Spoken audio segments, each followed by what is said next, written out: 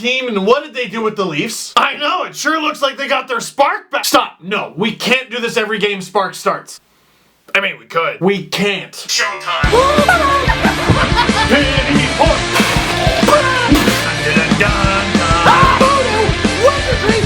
Whoopsie daisy, this team is ruining my life. It was 4-1 and it stayed that way. Leafs win 4-1 over the St. Louis Blues. Wait a second.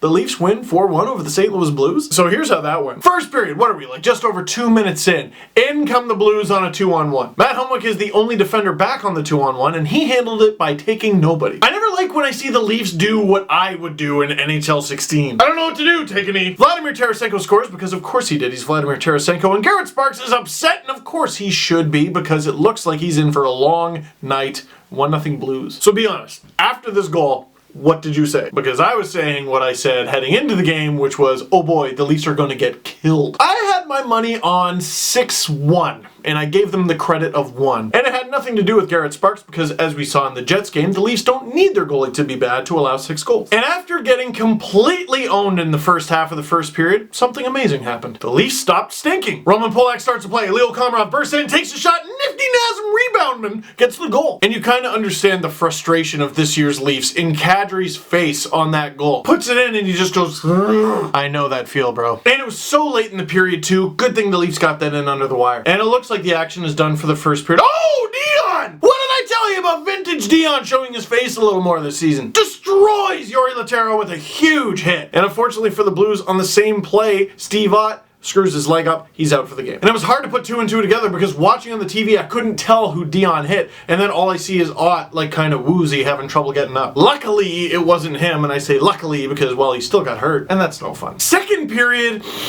can I frame that? Question of the game, was the second period the Leafs played against the St. Louis Blues their best period of the season? Because I'm trying to think of a better one, and I'm not coming up with many. 9-2 were the shots, and 2-0 were the goals. First goal in the second period. Puck comes back to the point. Ah! And I'm like, oh my god, was that Roman Polak? Cannon of a shot, and granted it was going a little wide, but Brad Boy's perfect tip. Oh my goodness, perfect tip.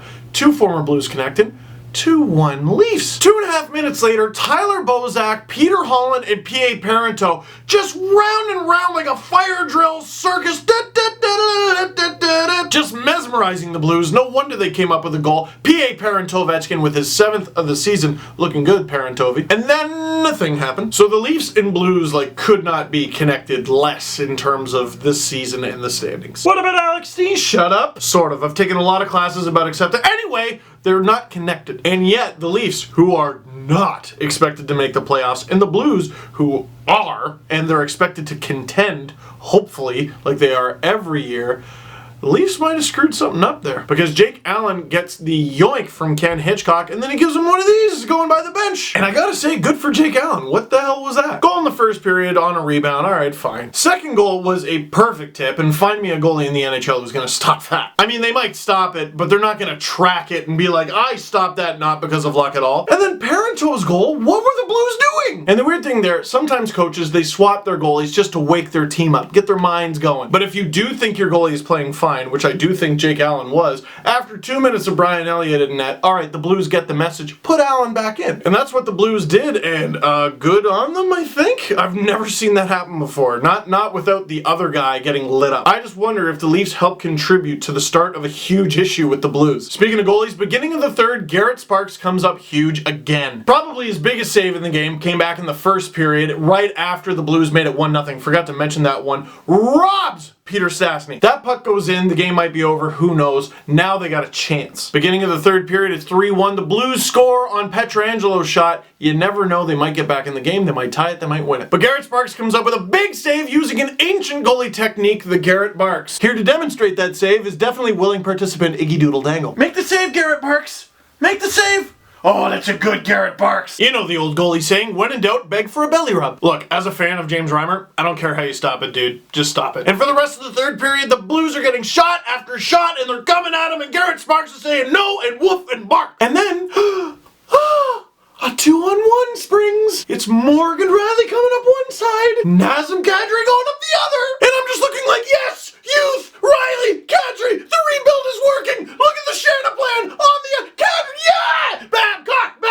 And hey, Blues fans watching, you might be a little confused, but let me tell you, when you cheer for the Leafs and you cheer for a team that's rebuilding, you learn what to cheer for, and it's the little things. And Garrett Sparks gave his team a chance to win like Reimer does on a regular basis, and you know what? You might not be willing to admit it, but like Bernier has done many times so far this season. And in all those games that all three of those goalies gave the Leafs a chance to win, the difference here is the Leafs took that chance. They took the opportunity, and they took some of their best hockey to the Blues. That might have been Roman Polak's best game of the season. And now Kadri has 5 goals on the season, and he's shooting at 5%. Neither of those are good, but they're getting closer to sane. Ugly start to the road trip, nice going in the middle, even though you still lost, and then they end it so strong with this excellent game against the Blues. Or maybe it was the Blues playing a bad game against the Leafs. I don't know. I think it was both. Oh, and how could I forget? I almost forgot.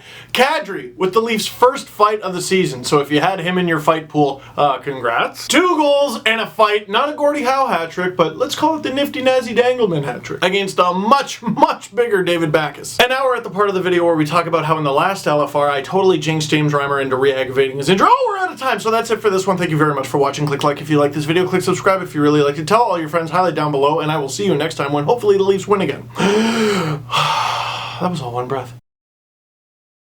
Want a belly rub? Want a belly rub?